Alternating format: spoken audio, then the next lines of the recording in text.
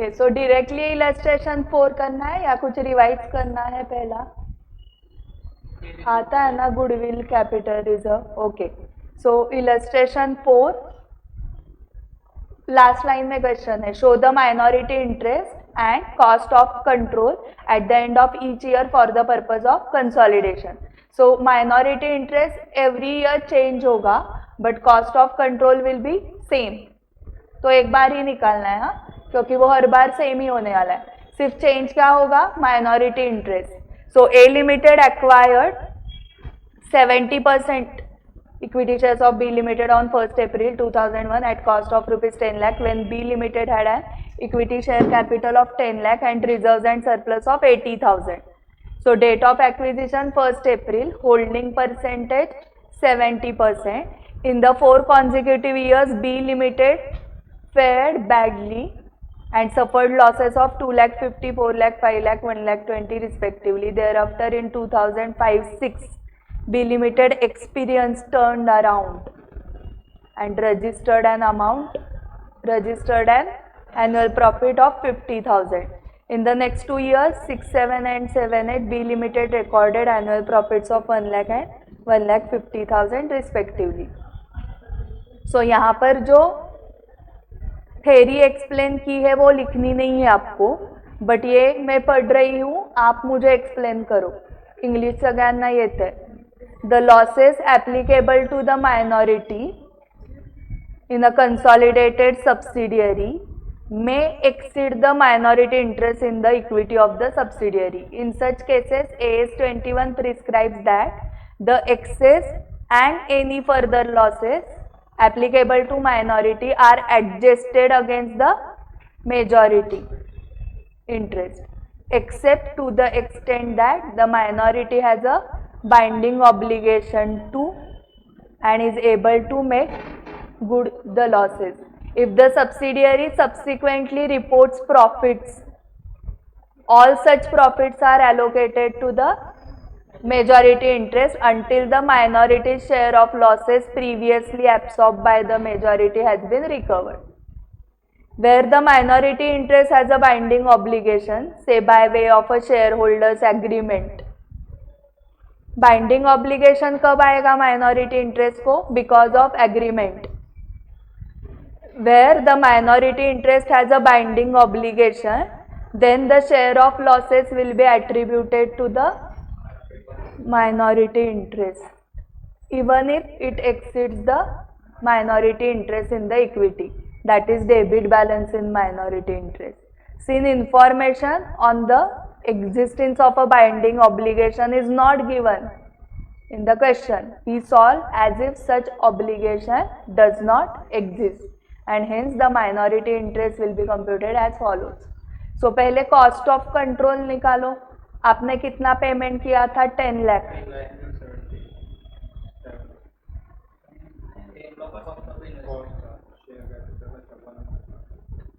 Cost is 10 lakh, share capital 10 lakh, reserve surplus 80,000. So 10 lakh का 70% is 7 lakh and इसका 80,000 का 70% is 56,000. So 7 lakh 56,000 के लिए आपने पेमेंट किया 10 lakh. So गुडविल आया ना कितना? तो यही रहेगा eight the end of every year. तो हर साल नहीं निकालना है. सो लास्ट कॉलम हो गया आपका 2,44,000, 2,44,000, 2,44,000, 2,44,000, 2,44,000. हाँ, एंड तक वही लिखना है. लास्ट कॉलम हो गया. फर्स्ट कॉलम है ईयर का. So at the time of acquisition, फिर 2001, 2, 2, 3, 3, 4, 4, 5, 5, 6, 6, 7, 7, 8. ईयर के बाद है प्रॉफिट और loss, then minority interest, then additional consolidated P&L debit और credit for the year ended balance. So debit है तो ब्रैकेट में लिखोगे, लॉस है तो, प्रॉफिट है तो without bracket. And minority share of losses borne by A limited that is holding, उसमें 2 columns. So cost of control का कॉलम नहीं किया तो भी चलेगा, एक ही बार नीचे लिख दो एंड यही every year eight the end of every year the same amount of cost of control. So columns हमें कितने करने पड़ेंगे, 1 2 3 4 5 ही, एंड लॉजिकल कॉलम से याद नहीं रखने पड़ेंगे। पहले आप ईयर लिखोगे, फिर प्रॉफिट और लॉस कितना हुआ लिखोगे, फिर माइनॉरिटी का शेयर, फिर होल्डिंग का share, and then minority share of loss borne by holding, rupees and balance, सब लॉजिकल है 5 columns. Okay, so first year में क्या हुआ, हाँ वो at the time of acquisition. Okay, so at the time of acquisition का तो dash ही है, कुछ नहीं करना है। क्यों, क्योंकि वो कॉस्ट ऑफ कंट्रोल में जाता है ना। ओके, अभी ये जो 2,50,000 आपने बताया वो क्या है, लॉस है। हाँ, इसका हाँ कितना आ रहा है,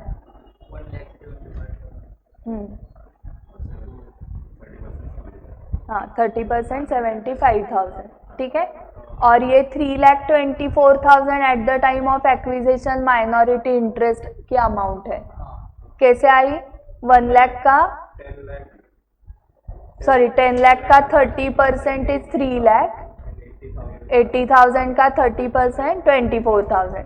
सो at the time of acquisition minority interest था 3,24,000, फिर उसमें फर्स्ट ईयर के एंड में लॉस हुआ था 75,000 का, सो ओपनिंग बैलेंस हो गया 2,49,000। सेकेंड ईयर में 4 लाख का लॉस हुआ है क्या, 2,50,000, 4 लाख का 30%, 1,20,000 माइनस करना पड़ेगा, एंड 4 लाख का 70%, 2,80,000, ये होल्डिंग का लॉस है। सो अभी माइनॉरिटी का बैलेंस हो गया 1,29,000। थर्ड ईयर में लॉस 5 लाख का है क्या, का 30%, 1,50,000, बट उतना नहीं है हमारे पास ना। 5 लाख का 70% इज 3,50,000, सो यहाँ पर 21,000 निगेटिव में जा रहा है। So this loss of minority will be borne by A limited holding. सो यहाँ पर बैलेंस नील हो जाएगा माइनॉरिटी का, एंड होल्डिंग को 3,50,000 प्लस 21,000, ऐसे 3,71,000 बेयर करना पड़ेगा फ्रॉम ईयर 3-4। सो यहाँ पे अभी ये पिक्चर में आया, 5th कॉलम कितना बोन किया, 21,000, क्यूमुलेटिव 21,000। अभी नेक्स्ट ईयर से तो पूरा लॉस 1,20,000 इसको ही जाएगा, ये नील रहेगा, 1,20,000 पूरा इसको ही गया, ठीक है, ये नील 1,20,000। नहीं हम बहुत आगे गए क्या, कहाँ तो, हाँ हाँ हाँ हाँ। सो ये ओपनिंग बैलेंस नील माइनॉरिटी का, इसका 3,71,000 हो गया था, फिर 4-5 का लॉस हुआ था 1,20,000, उसमें से 70% ये खुद का 84, ये से दिखाना है, डायरेक्टली नील नहीं दिखाना है। इसका 30% 36,000, loss of minority bone by holding is 36, फिर ये 84 प्लस 36 ऐसे 1,20,000 आया, एंड ये नील हो गया बैलेंस। सो पहले 21,000 लॉस बेयर किया था, सो बैलेंस 21 था, अभी इस ईयर में 36 बेयर किया, सो 21 प्लस 36 57 बैलेंस हो गया। फिर 5-6 में प्रॉफिट हुआ क्या, 2005-6 में 50,000 का प्रॉफिट, उसमें से 70% 35,000 एंड 15,000, बट ये 15,000 भी इनको ही मिलेगा profit share of minority adjusted against losses of minority absorb by holding company. So ये 57,000 के लॉस जो बेयर किए थे होल्डिंग में, उसमें से करंट ईयर में 15,000 रिकवर हो गए, 42,000 अभी भी रिकवर होना बाकी है। सो जब तक ये रिकवर नहीं होता तब तक प्रॉफिट होल्डिंग को ही मिलेगा। 6-7 में 1 लाख का प्रॉफिट हुआ, सो दैट इज 70,000 है 30,000। ओके रुको, यहाँ पर बैलेंस नील हो गया एंड ये 35 प्लस 15 से पूरा 50,000 होल्डिंग को मिला। फिर नेक्स्ट ईयर प्रॉफिट 1 लाख हुआ, माइनॉरिटी का 30, इसका 70, so profit share of minority adjusted against losses of minority absorb by holding. So ये 30 फिर से गया, इसको ये नील हो गया, ये 1 लाख हो गया, ये 30 रिकवर हो गया 42 में से ना, सो अभी बैलेंस 12,000 है। एंड लास्ट ईयर का प्रॉफिट बताओ 1,50,000, उसका 70-30 क्या आ रहा है 45,000 है 1,05,000। अभी हमें रिकवर 12,000 ही करना है, सो इसमें से 12 ही माइनस करोगे, सो बैलेंस 33 आ गया माइनॉरिटी का एंड इसका 1,17,000 इन दोनों की टोटल। एंड ये पूरा लॉस रिकवर हो गया एंड बैलेंस नील हो गया। So minority interest at the end of each year, so at the time of acquisition 3,24,000 था, फर्स्ट ईयर के एंड में 2,49,000, सेकेंड ईयर के एंड में 1,29,000, थर्ड ईयर के एंड में नील, फोर्थ ईयर नील, फिफ्थ ईयर नील, 6-7 नील, 7-8 33। ये आंसर्स आपके करेक्ट है फाइनल, तो बाकी स्टेप्स नहीं देखते। सो ये डे 1 अप्रैल का इधर निकाला था माइनॉरिटी इंटरेस्ट 3,24,000 एंड ये गुडविल। समझ में आ गया ये? इलस्ट्रेशन 5, फाइंड आउट गुडविल और capital reserve to variety limited on acquiring wholly the shares of VR limited. Variety Limited holds 46% of the paid up share capital of VR Limited. The shares were acquired at a market price of 17 per share. The balance of shares of VR Limited are held by foreign collaborating company. A memorandum of understanding, मतलब MOU, has been entered into with the foreign company providing the following.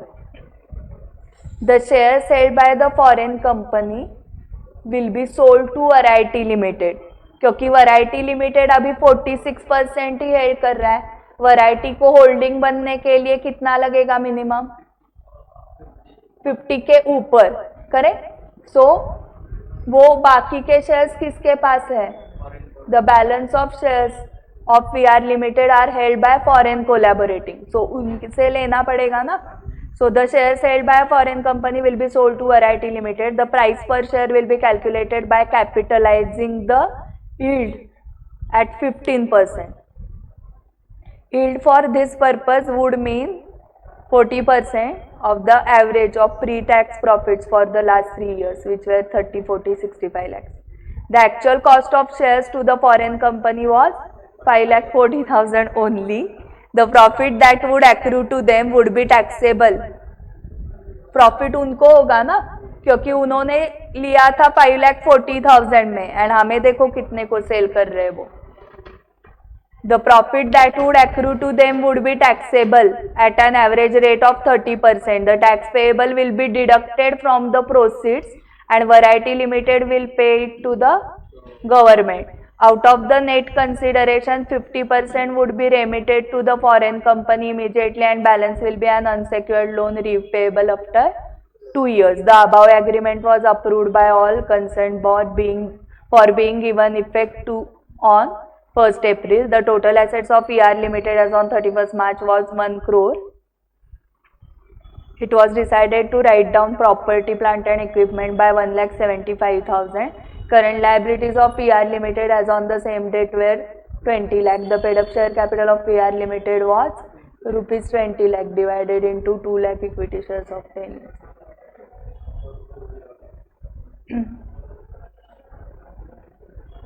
So चलो profit, average profit करो पहले इसका। Yield for this purpose would mean 40% of the average of pre-tax profits for the last 3 years, which were 30, 40, 65.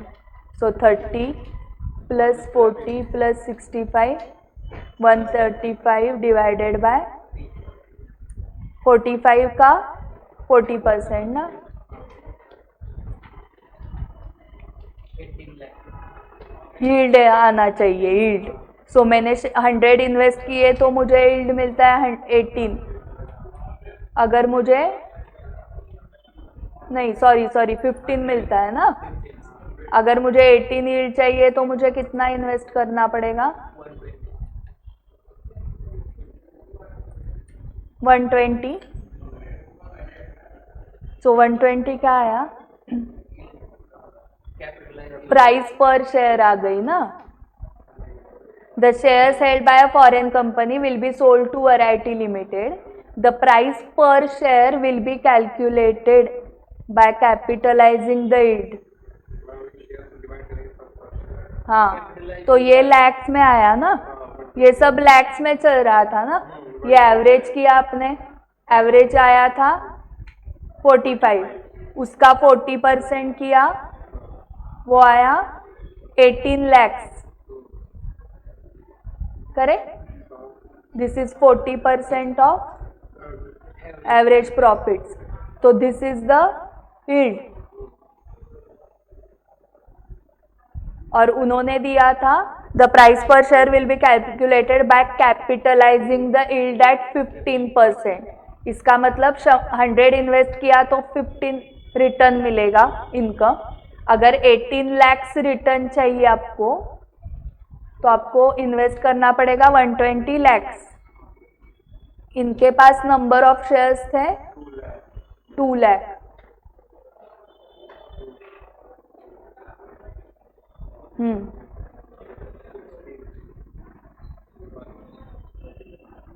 हाँ, 120 पे 5 zero upon 2 lakh के 5 zeros ना।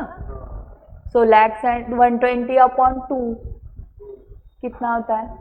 60 lakhs, correct. 60 rupees per share आया वो। 120 1 2 3 4 5 upon 2 lakh, 60 rupees per share आपको प्राइस मिल गई। The price per share will be calculated, वो 60 आ गई। The actual cost of the shares to the foreign company was 5,40,000। आपके पास 46% ऑलरेडी है, आपको और कितना लेना है? 54%। सो 2 lakh number of shares into,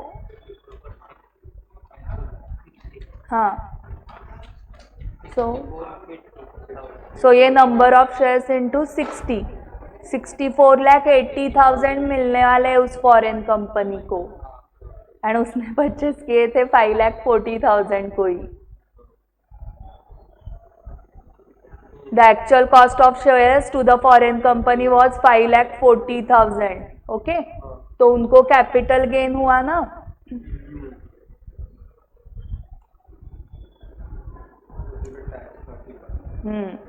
the profit that would accrue to them, कितना प्रॉफिट एक्रू हुआ?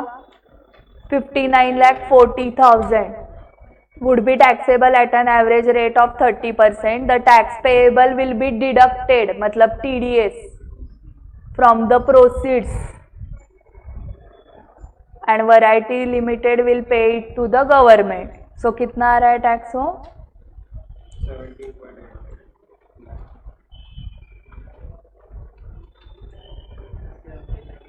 हाँ, सो ये डिडक्ट करना है, deducted from the proceeds. Proceeds ये है ना,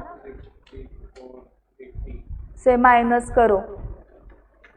46,98। और ये 50% इमीडिएटली पे करना है, बाकी 50% अनसेक्योर्ड लोन, तो उसका कुछ नहीं करना है। सो ये देखो, हमें गुडविल कैपिटल रिजर्व निकालना है। सो हमें कॉस्ट कितनी लगी थी? ये कॉस्ट लगी ना, this is the cost, correct. That compare with net assets, उनके 1 करोड़ के नेट एसेट्स है, उसमें से राइट डाउन करना है 1,75,000 एंड करंट लायबिलिटीज भी माइनस करने हैं. सो नेट एसेट्स कितना था 1 crore. हाँ माइनस 1,75,000 माइनस करंट लायबिलिटीज 78,25,000 के लिए आपने इतना ही पे किया. सो कैपिटल रिजर्व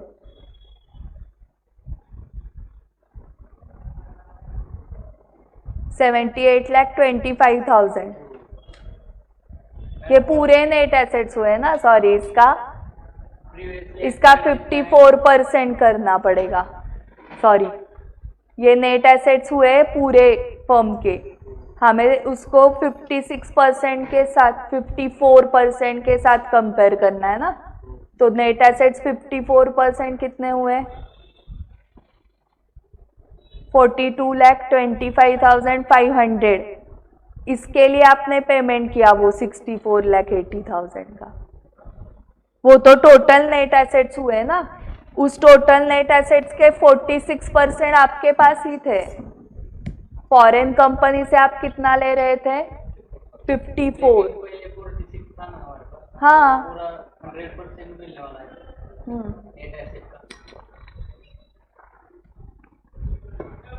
तो अभी जो कॉस्ट थी ना वो 64,80,000 जो पे किया एंड पहले भी पे किया था क्या पहले होल्ड किया था 46% एट मार्केट प्राइस ऑफ 17. हाँ सो 2 नंबर ऑफ शेयर्स कितने थे 2 लाख इंटू 46%.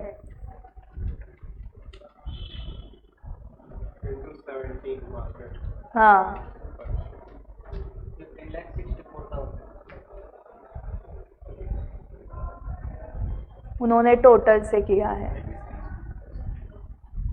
अरे 2 लाख शेयर 17 में किए थे. हाँ उसमें से 46% पहले का था. ये कैसे आया है. हाँ ये मल्टीप्लिकेशन से आया है तो मुझे इधर करना पड़ेगा. 2 लाख थे ना इंटू 46% एग्जिस्टिंग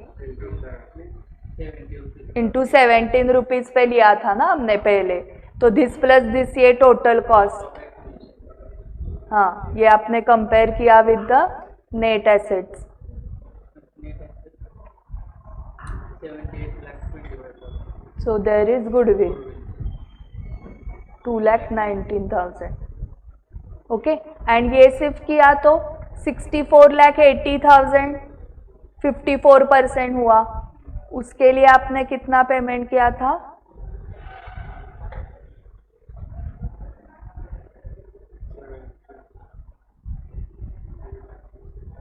नहीं अभी पेमेंट आपने 60 रुपीज पर शेयर ना 64,80,000 ही पेमेंट किया है एग्जैक्ट. इतना पेमेंट किया ना 54% स्टेक के लिए एग्जैक्ट इतना ही पेमेंट किया है आपने क्योंकि नेट एसेट्स का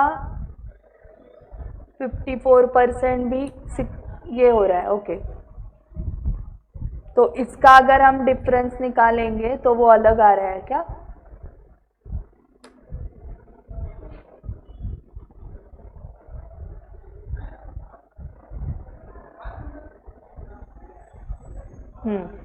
सो वो टोटल के साथ ही करना पड़ेगा क्योंकि अभी हम शेयर होल्डर 100% होल्डिंग के हो गए ना.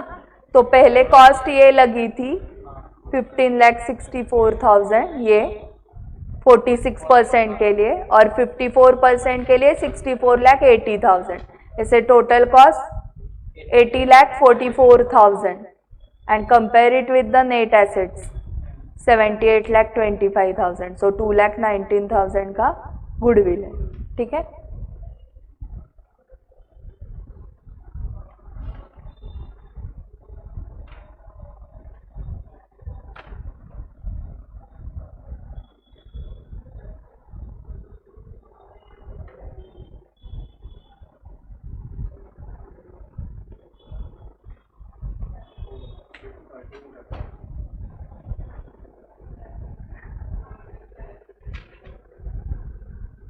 देख के आए हो ना कितने इलस्ट्रेशन है वो, और भी है ना।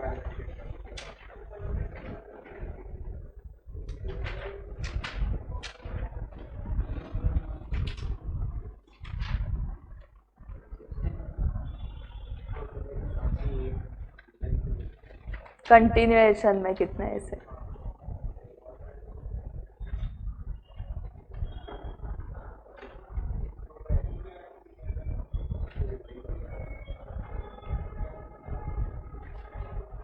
अभी 6 करना है ना। 6 में भी वही है क्या, कैलकुलेट द गुडविल और capital reserve to be recorded in CFS. So A Limited acquired 60% shares of B Limited at ₹20 per share. Following is the extract of balance sheet of B Limited.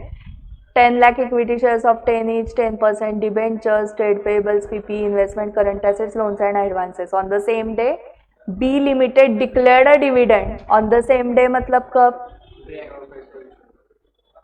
वो कब है, दिया, हाँ उसी दिन dividend declare किया. And has agreed between both the companies. PPE were to be depreciated at 10% and investment to be taken at market value of 60 lakh. Calculate goodwill or capital reserve. Since dividend is declared by B Limited on the date of acquisition itself, it would be out of the divisible profits of B Limited existing on the date of acquisition, that is pre-acquisition profits from the perspective of A Limited. Accordingly, as per AS 13, such pre-acquisition dividend would be reduced from the cost of investment as seen below. So cost कितनी थी, 20 पर share, 10 lakh के 60% shares हमारे है ना, सो 6 lakh into 20, हाँ उसमें से माइनस करना है आपको प्री एक्विजिशन डिविडेंड. सो 10 लाख मतलब 1 करोड़ पे डिविडेंड कितना मिलेगा, 20%, मतलब 20 लाख मिलेगा ना, बट उसका 60% माइनस करो, less pre acquisition dividend.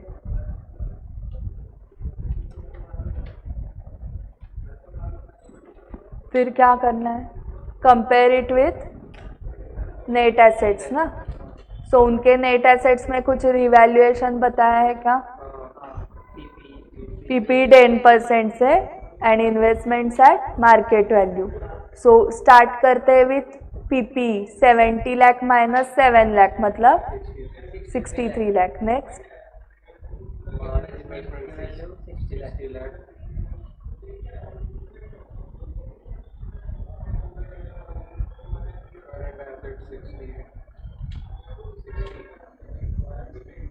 Current assets, हाँ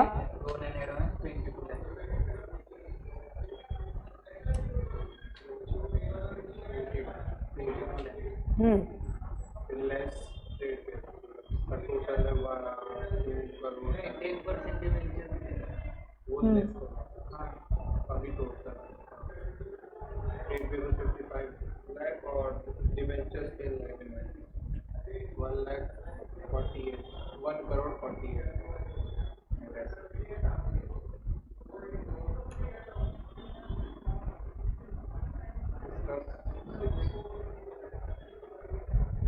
कैपिटल रिजर्व ना, कम पेमेंट किया ना हमने,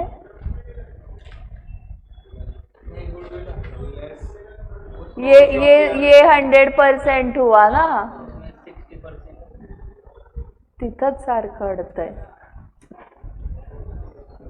आया क्या गुडविल, सगळे ॲसेट्स आपलेच, हमारे 60% ही है ना.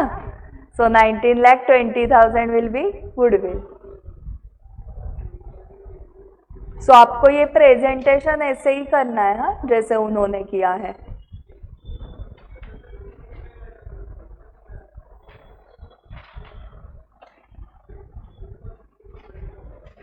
7:30 तक कंटिन्यू किया तो चलेगा क्या? 10 मिनट्स ब्रेक दे रही हूँ अभी एंड देन 7:30 तक कंटिन्यू कर रही हूँ।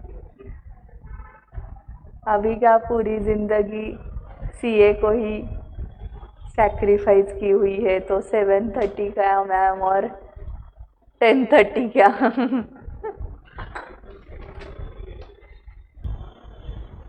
इलस्ट्रेशन 7 ना, record the entry in the books of H Limited in respect of dividend.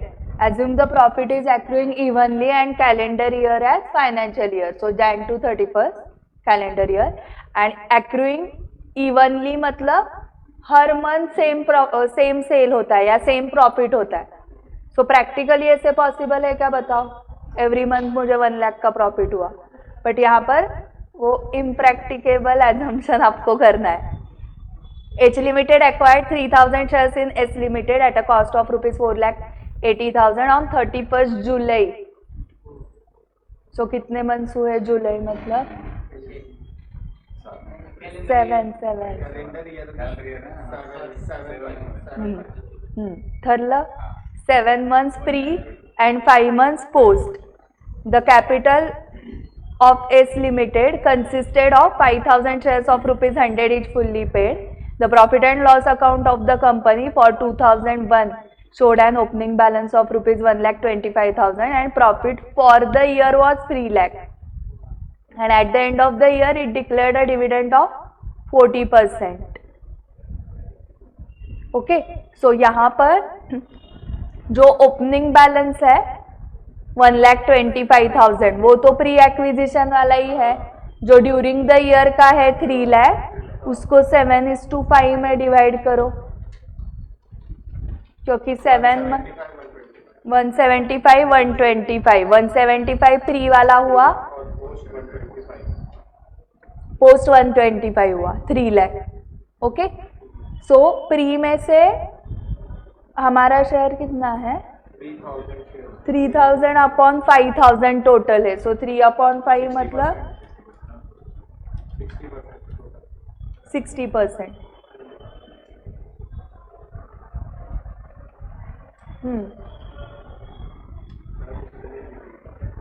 मैं क्यों नहीं दिख रही?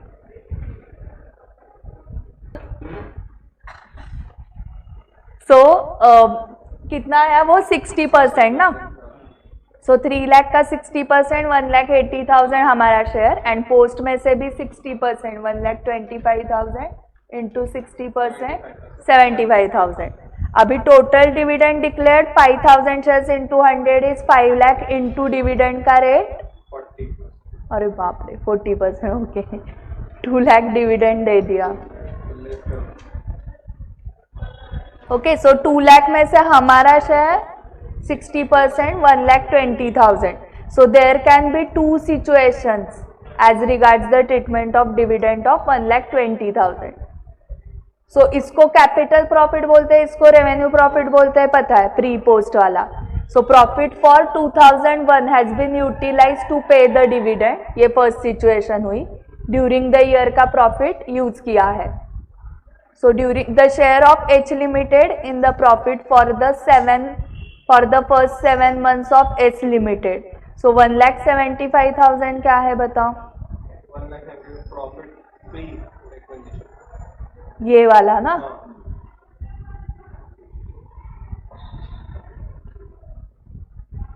इसका 60% हमारा है एंड रिमेनिंग 5 मंथ्स का प्रॉफिट कितना था? 125 रिमेनिंग 5 125 का 60% 70.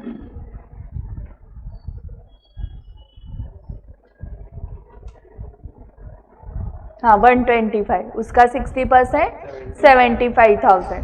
तो 1,05,000 हमारा शेयर है प्रॉफिट का प्री में से, 75 पोस्ट में से. एंड ये जो है वो with capital with opening balance 1,80,000 है. बट सिर्फ करंट ईयर प्रॉफिट का शेयर 1,80,000 नहीं है, 1,05,000 है. ओके, सो ये उन्होंने प्रॉफिट करंट ईयर का जो था 3 लाख, उसका हमारा शेयर 60%, दैट इज 1,80,000 हमारा शेयर, उसका प्रीपोज दिया है.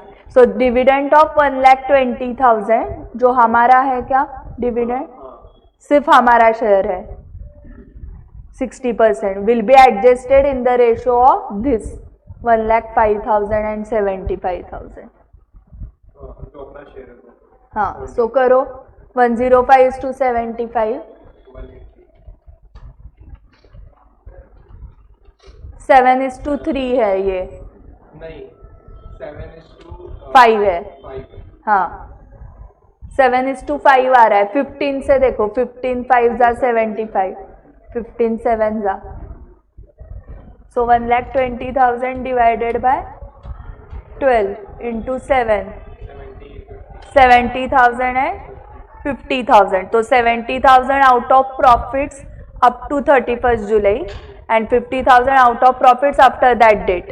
So 70,000 कॉस्ट इन्वेस्टमेंट से करना है क्रेडिट, प्री एक्विजिशन वाला, एंड 50,000 P&L को क्रेडिट होगा, bank to investment to P&L.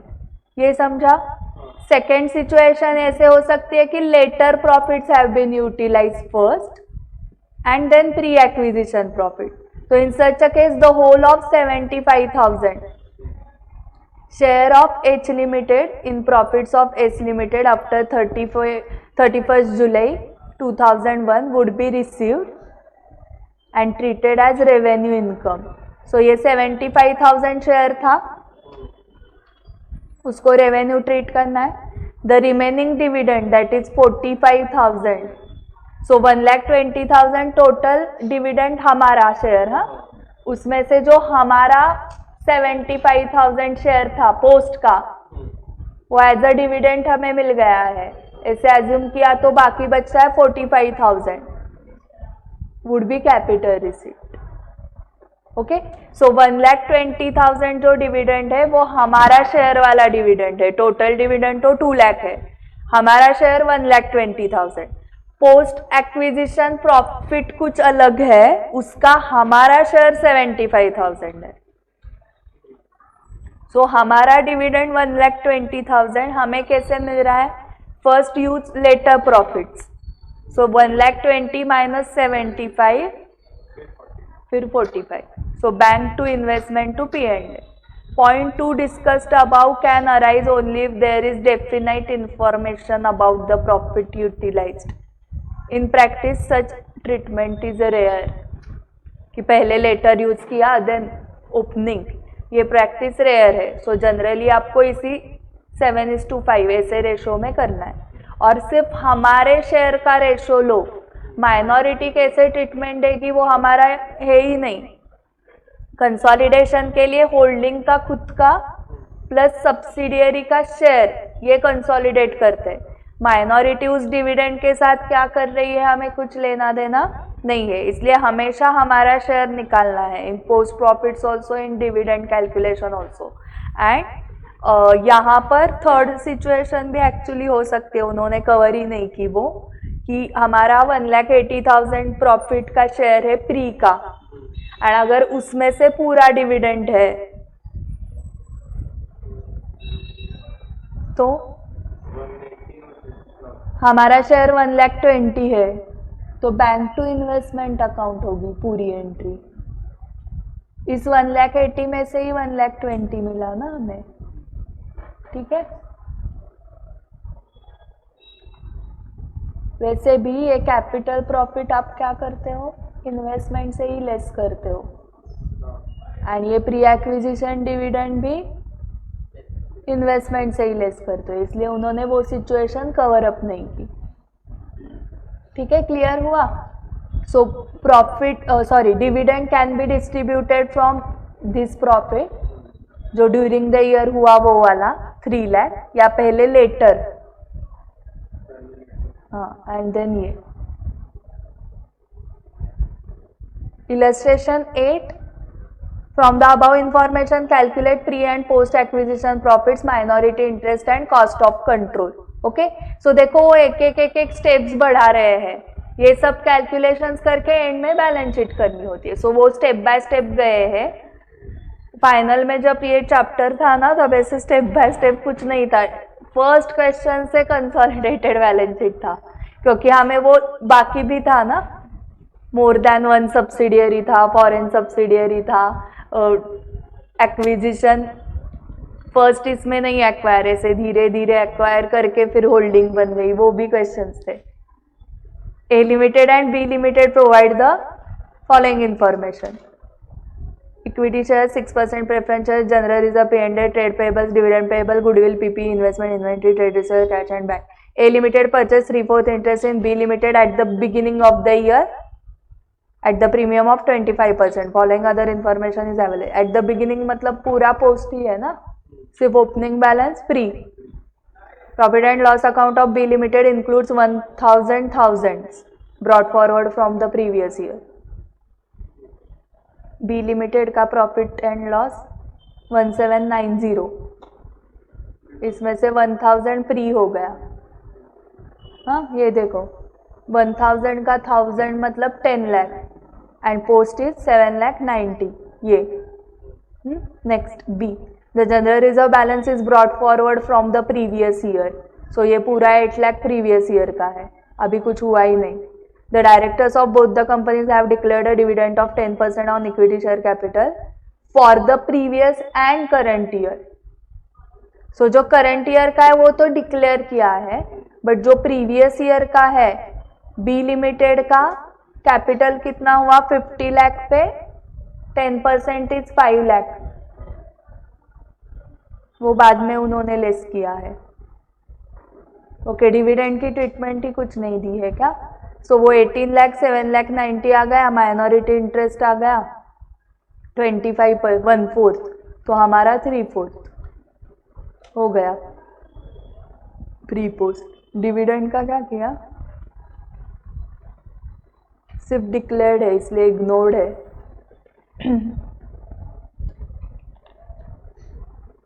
Dividend declare किया है, जब वो अप्रूव करते हैं तब वो लायबिलिटी बनती है as per AS4. Declare board of directors के मीटिंग में होता है, शेयर होल्डर्स के मीटिंग में अप्रूव होने के बाद वो लायबिलिटी बनती है, तब तक वो लायबिलिटी नहीं बनती, इसलिए इसका कुछ किया ही नहीं है. ठीक है. सी का ये समझ में आ गया आपको, pre acquisition and post minority 1/4 3/4 हमारा. नाउ नेक्स्ट क्वेश्चन था प्री पोस्ट होने के बाद माइनॉरिटी इंटरेस्ट कैलकुलेट करो. बी लिमिटेड का शेयर कैपिटल है 50 लाख का 1/4 12,50,000. उसमें प्री एक्विजिशन का शेयर उसका प्रेफरेंस शेयर कैपिटल का भी 1/4 आएगा, सॉरी 10 लाख का 1/4 2,50,000.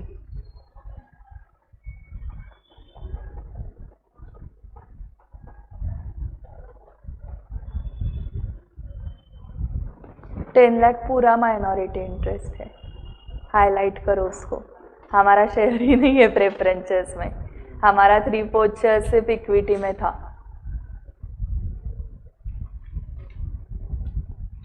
ओके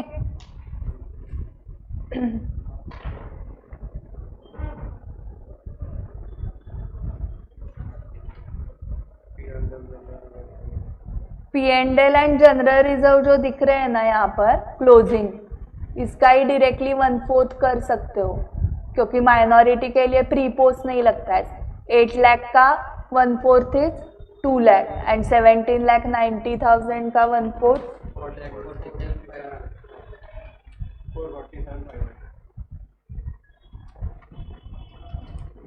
4,47,500. ये सब मिला के माइनॉरिटी इंटरेस्ट आया एंड गुडविल और कैपिटल रिजर्व अभी at the beginning of the year at the premium of 25%. सो 50 लाख का 3/4 करो, तो 5,000 इंटू 3 डिवाइडेड बाय 4 3750 इंटू 1,000 करना है, वो इजी जाता है. ओके जो अमाउंट उन्होंने दिए ना 5,000 इंटू 3/4 करो पहले.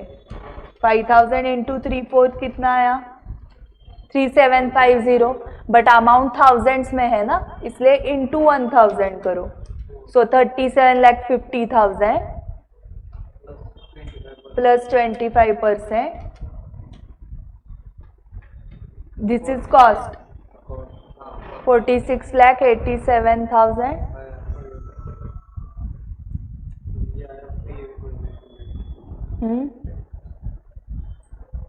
And net assets. चलो start 20 plus 2750 plus 1100 plus 4150 plus 4080 plus 400 minus 500 3410 यहाँ तक ना 8590 एंड वो ये भी हमारा नहीं है ना 1000 प्रेफरेंशियल इसका 3/4 करना पड़ेगा ना हाँ वो यहाँ से गए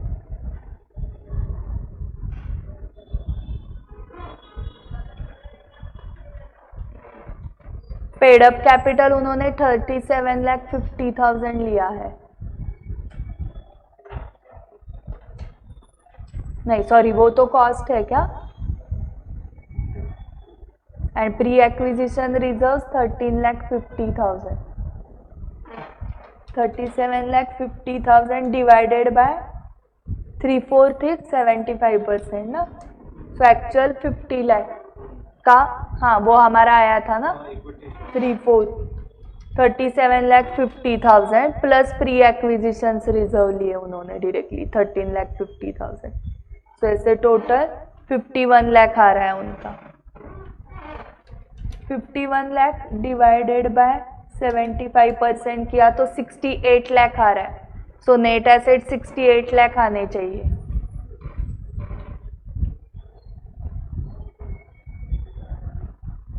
हाँ सॉरी मुझे समझ में आ गया क्या प्रॉब्लम हुआ हमारा ये जो हम माइनस कर रहे हैं ना ये सारे जो बैलेंसेस दिए हैं उन्होंने ये क्लोजिंग बैलेंसेस है हम आपकी कॉस्ट करेक्ट आ गई कॉस्ट कितनी आई थी 46,87,500 इससे प्री एक्विजिशन डिविडेंड माइनस करना था वो कैसे आया 3 लाख का 10% जो प्रीवियस ईयर का डिक्लेयर किया था वो हमारा शेयर उतना ही है ना 75% सो ये नेट आया एंड इस डेट के नेट एसेट्स चाहिए ना हम net assets balance sheet date के निकाल रहे थे क्लोजिंग हमें डेट ऑफ एक्विजिशन के नेट एसेट्स कैसे मिलेंगे शेयर कैपिटल 50 लाख का 75% एंड प्री एक्विजिशन जो ओपनिंग बैलेंस था ना जनरल रिजर्व और इसका P&L का उसका 75% इज 13,50,000 इस 51 लाख अमाउंट के लिए हमने पेमेंट किया 43,12,500 का ये खरीदने के लिए ये नहीं खरीदा हमने ये तो बैलेंस शीट डेट के फिगर्स है जिस दिन खरीदा उस दिन सिचुएशन 51 लाख थी सिचुएशन मतलब नेट एसेट्स की वैल्यू समझ में आ गया इसलिए नेट एसेट्स ऐसे नहीं कैलकुलेट करना है जैसे हम कर रहे थे क्योंकि वो डेट ऑफ बैलेंस शीट के है बैलेंस शीट डेट के नेट एसेट्स है हमें गुडविल के लिए ये लगेंगे यहाँ से ये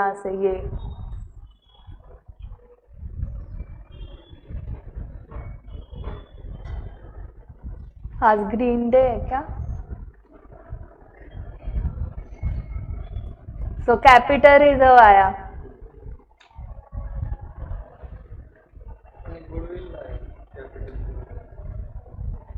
कम पेमेंट किया ना हमने 51 लाख के लिए हाँ अभी ये 9 आपको ट्राई करना है before issue of bonus shares immediately after issue of bonus shares so after issue of bonus shares pre acquisition profit कम होगा बट नंबर ऑफ शेयर्स तो बढ़ जाएंगे ना सबके, तो दोनों सिचुएशंस में आपको cost of control, minority interest and consolidated P&L करना है। ये जो शेयर है 70-30 वो सेम ही रहेगा ना, बोनस इशू के बाद भी 70% होल्डिंग को मिलने वाले हैं शेयर्स। सो ये होमवर्क के लिए करो एंड 10 भी होमवर्क के लिए करो, कंसोलिडेटेड बैलेंस शीट, उसमें कुछ है ही नहीं।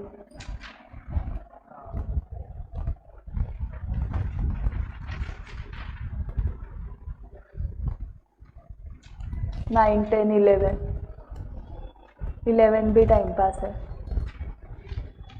अनुष्का विराट ये कहाँ पर थे? इलस्ट्रेशन 12 कहाँ पर थे? हाँ, ये क्वेश्चन कहाँ पर था? अनुष्का विराट MTP, अभी का MTP जो आया है, सिर्फ मुझे PDF सेंड करके रखो। वो पढ़ा था कि कौन कौन से क्वेश्चन थे, लास्ट नाइट पढ़ा था।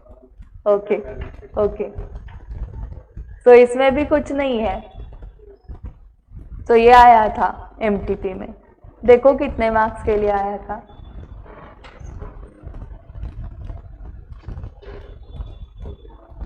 विदाउट एनी एडजस्टमेंट वाला,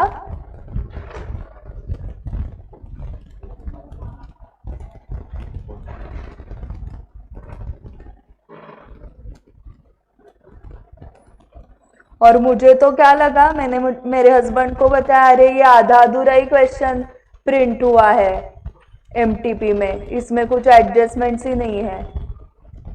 बट वो क्वेश्चन ही ऐसा है, क्वेश्चन 5, बाप रे 14 मार्क्स। सो मैंने सच में मेरे हस्बैंड को बताया कि इसमें एडजस्टमेंट्स ही नहीं है, ये आधा अधूरा है।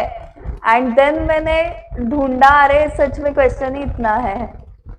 सो हमारे टाइम पे ऐसे नहीं आते थे कि एक भी एडजस्टमेंट नहीं। हाँ अच्छा है आपके लिए। सो ये आपकी कॉस्ट ऑफ इन्वेस्टमेंट यहाँ से देखना है। हाँ, सो विराट होल्डिंग कंपनी है, अनुष्का सब्सिडियरी कंपनी है। So this is cost of investment, ठीक है। सो विराट अनुष्का नाम में ही लोग भूल जाते हैं कि अरे हमें क्वेश्चन सॉल्व करना है। सो आपको क्वेश्चन सॉल्व करना है, नाम में मत घूम जाओ। सो 12 तक आप अगर कर पाए तो हम कल नेक्स्ट कर पाएंगे 13 से। 13 से एक्चुअल आपका कंसोलिडेटेड स्टार्ट होता है, ठीक है। ट्राई करोगे 12 तक, तो कल भी शाम को ही लेते हैं। यहाँ पे पेपर रहेगा 4:35 तक फाइनल का, फिर उसके बाद आप आके बैठो और स्टार्ट करो सॉल्विंग में आने तक। चलो बाय बाय। मी ऍक्च्युली कर्वे रोडला लेक्चर घेऊन